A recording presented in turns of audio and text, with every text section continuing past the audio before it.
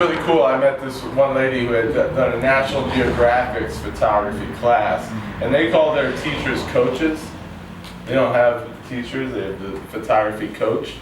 And I had made some really bad jokes about where I work, as I'm the photography coach, and people didn't really get that. But I was really redefined that that was the right thing. And what I do is Hal Borland, he was a nature editor for the New York Times in the 60s. And it's a book, it's out of print, but it's Hal Borland's 12 Moons of the Year. And this is how I start every class when I teach photography. I read these. And they have nothing to do with what we have to do, but they have everything that we have to do. Because what are you supposed to do? Nice job. The light hits the earth differently every single day. Hi. So we are going into undefined terms at every moment. So June 5th, which is tomorrow, but we got the global warming thing going, so it could be today, right? So June 5th, wild roses. They grow in odd corners and uncut margins, sometimes on stony hillsides, often at the damp edges of little bogs. They bloom when robin fledglings first take wing, and early daisies spread their white petals among the gold of fence row buttercups. Some know them as pasture roses. Some know them as swamp roses. Some as sweet briar.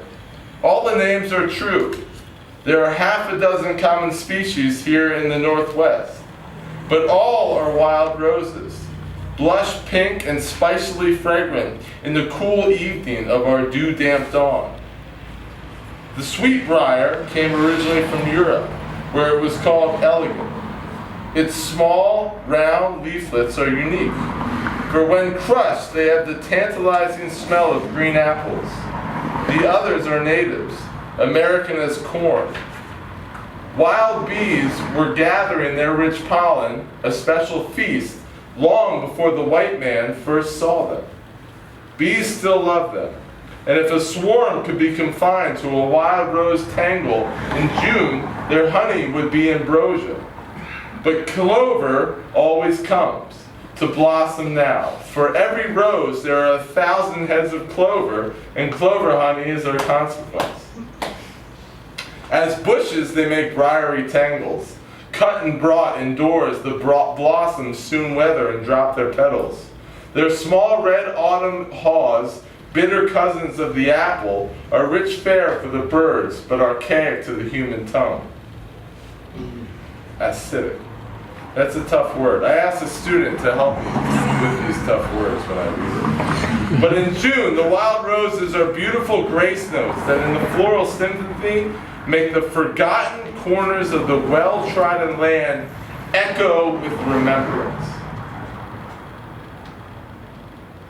Notes in the floral symphony that make the forgotten corners of this well-trodden land echo with remembrance. So wild roses came to me before this passage came to me. But I try to pay attention. And I like things that align with a hunch that I have. My pictures, they're not answers, they're questions. And they're questions that I want to keep dealing with. I think about the person that, the wood. What I learned from the wood bench. This was when I worked with, when I had a residency with the Center for Art and Wood that started in Germantown. It was about dealing with wood. And these wood turners from around the world, they would cut the wood and reveal something by cutting it, and then keep addressing that same layer. And I thought about that. That's like photography. I make a picture, and then I care to deal with it again. And then I want to go in the dark with it. And I want to sit with it. And then I want to deal with it again. And I want to decide, well, how do I want to print this? Well, luckily I know David in Allentown. Because David will help me with this problem. How do I make this light get onto this paper and make it silver? And it's about that feeling the moment and what do you want to do with it, right? And I think that feeling of the moment is what I want to focus on, because the rest is, well, maybe deal with this, maybe talk to this person. But if that moment happens, you have something to deal with. And I can't help but think back to now that I'm talking right here to that original question. What you going to do? What do you want to do? Who want you to show in the room? Oh, I can conceptualize my work. Maybe I have my work in the wall. What could happen? What do you want to deal with in your four corners? Because that's a photograph. And I like to focus on those things. And I like to get those things inside my four corners. What are the pictures I'm making? I might make a picture a week before I actually make a picture, because that's in the interaction of the subject and when I come around. Or that's the landscape. So all this came from all these different elements floating around, and then how are we going to deal with it? You know? And I see you all sitting here. We decided to come together. And that's why we're here now. And Rennie, I'll just say this. I think that's what's happened this month. The photos, I could get into the photos, you know, we could talk for another 3 hours. But the general basis of all this was bringing everything together. And what we would think of this when coming together. I grew up in Germantown. My family, when I was 3, we moved from next to where Sarah lived in Columbia County, and we moved down here. Sarah's parents introduced my parents. And it was a beautiful thing. You know, we had a coal stove and a little situation on Hansberry Street. We'd wait for the balls to come over the fence. We'd throw apples back over the fence in the creek and mud. You know, but it was a beautiful thing. So where do I want to show my work? When I have children and I come back, right here in Germantown. You know, Peter Quillen, right? This is the middle heavyweight champion of the world. He relinquished the belt, and now he literally is in training camp right now with people looking at him, everything he eats, when he goes to the bathroom, what he does in the morning, this, that, and the other, right? That's what he's doing, because he's about to fight for the belt again, right? The opening of the show, he surprised me. He showed up at the show, right? And this picture right here is in 2012 at the Barclays, round 9 out of 12 rounds when he became the champion of the world at 33. And that was a dream he had since he was 9 years old. That's a lie, actually. At 14, he realized he could beat people up in the street, and he didn't like beating people up. So they said, well, you should try the gym. And he went to the gym. And boxing, you don't need much to train for boxing. You don't need like a whole hockey suit, or you don't need bats. You know, you need discipline. You need mentorship. And he was able to dive into that, you know, in Grand Rapids, Michigan. Showed up in 18 in Brooklyn, worked at IHOP, and started training. The night before the show opened, I hang this photo on this wall, and we're figuring out what matters. And Brandon and Rocio have a Roomba in the apartment, the studio right up there. So I hang the picture, it goes dark, and all of a sudden Cuban music's flooding.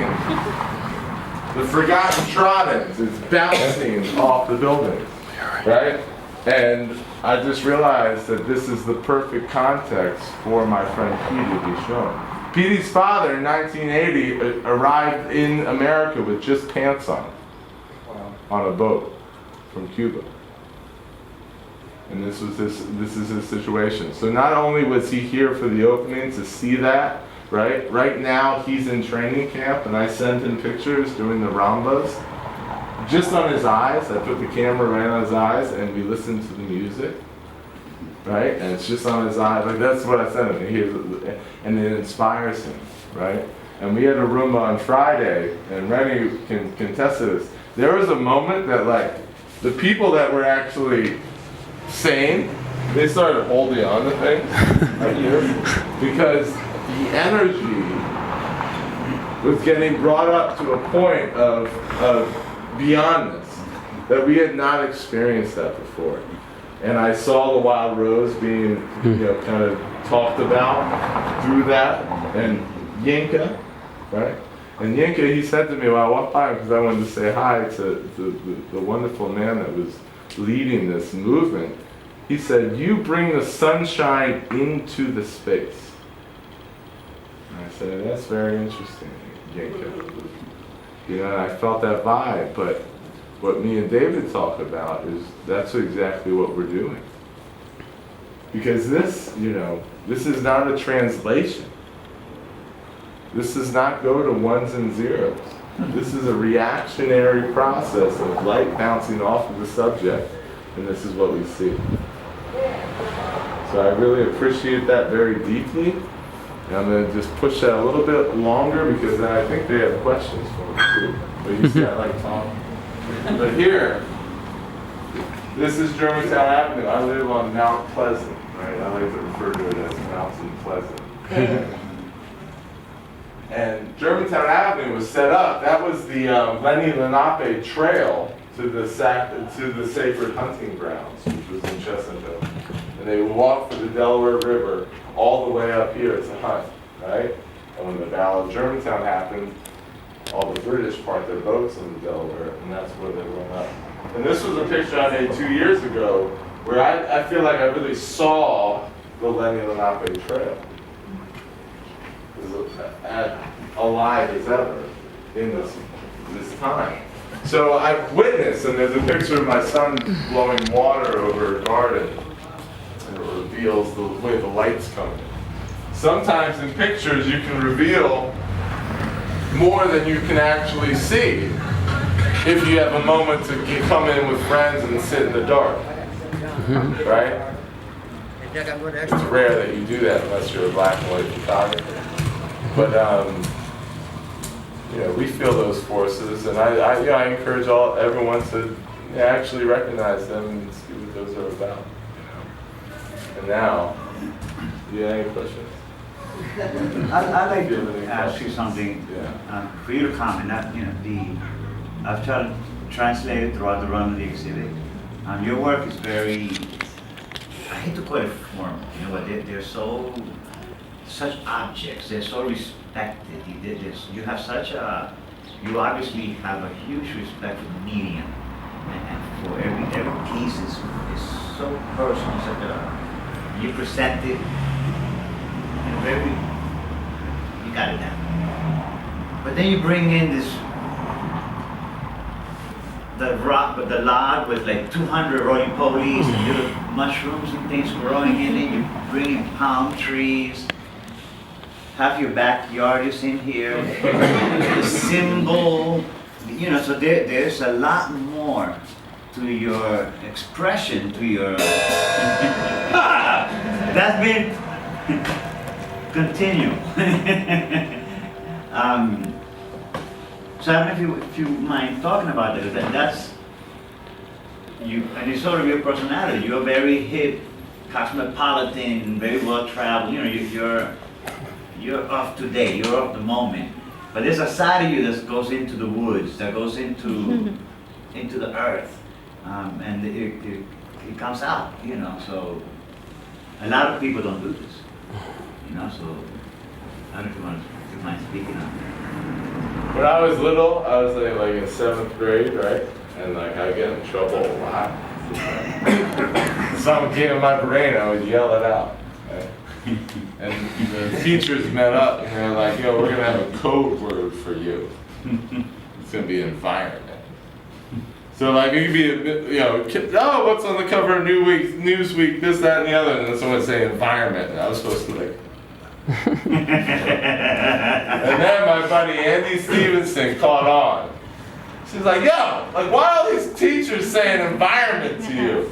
Is that some weird thing you got going on? So now I'm out hanging out to the movies, environment, And for a while that was an issue. that I couldn't, control what I said in the right space. You might be experiencing these situations right now, but it's about the environment and it's about how you interact with it and really what you come to after that. Jeremy has encouraged me for a long while, like, how do we bring your environment into your work? And how do we connect that, right? And to have this bench come in that we thought might be a bench, because we sit on this and watch movies in my backyard. That picture right there behind Gary, that wall is white. We watch movies on that now on this bench, right? But there's something about this natural beauty that offers the imagination to be present for it to be interacted with. And that type of work is important if you want to go with people. If you want someone to experience it and then move on, maybe not. But the natural wonder and the natural beauty is so important for the moving forward. And these pictures all are about moving forward and stopping for a second about where I'm going. I love this so much. Jamil Shabazz, who's one of my favorite photographers of all time, came to this show, which would have been something that I could have never imagined. But this kind of this is it, this is where we're all at right now. After taking the photograph, I would always make it a point to say to them these simple words. Everything you do today will reflect upon your future. So this is going to have some sort of orchestration in your future. And the chance to have all these photographs up together have something to do with me personally, right? But it also it's going to lead to the next thing, right? And as artists, as people, we get to one point, we're going somewhere else. So I just recognized when I did that little video of Kid Chocolate's eyes, right? With the Roomba. You know what was reflected in his eyes? My real champion. My champion. And that's my wife and my daughter. So the chance of having them all around me, I'm able to recognize. And that's my process, right? But, this could not happen without them for the time that allows me to be here, right? But for also that picture that's on the show card, that's a beyond moment, right? Where Gary's standing, the Wylde Rose written on the wall there, right? That's my backyard. But, to see the children playing and to be in that situation, I don't think I could have ever hoped to have been able to see.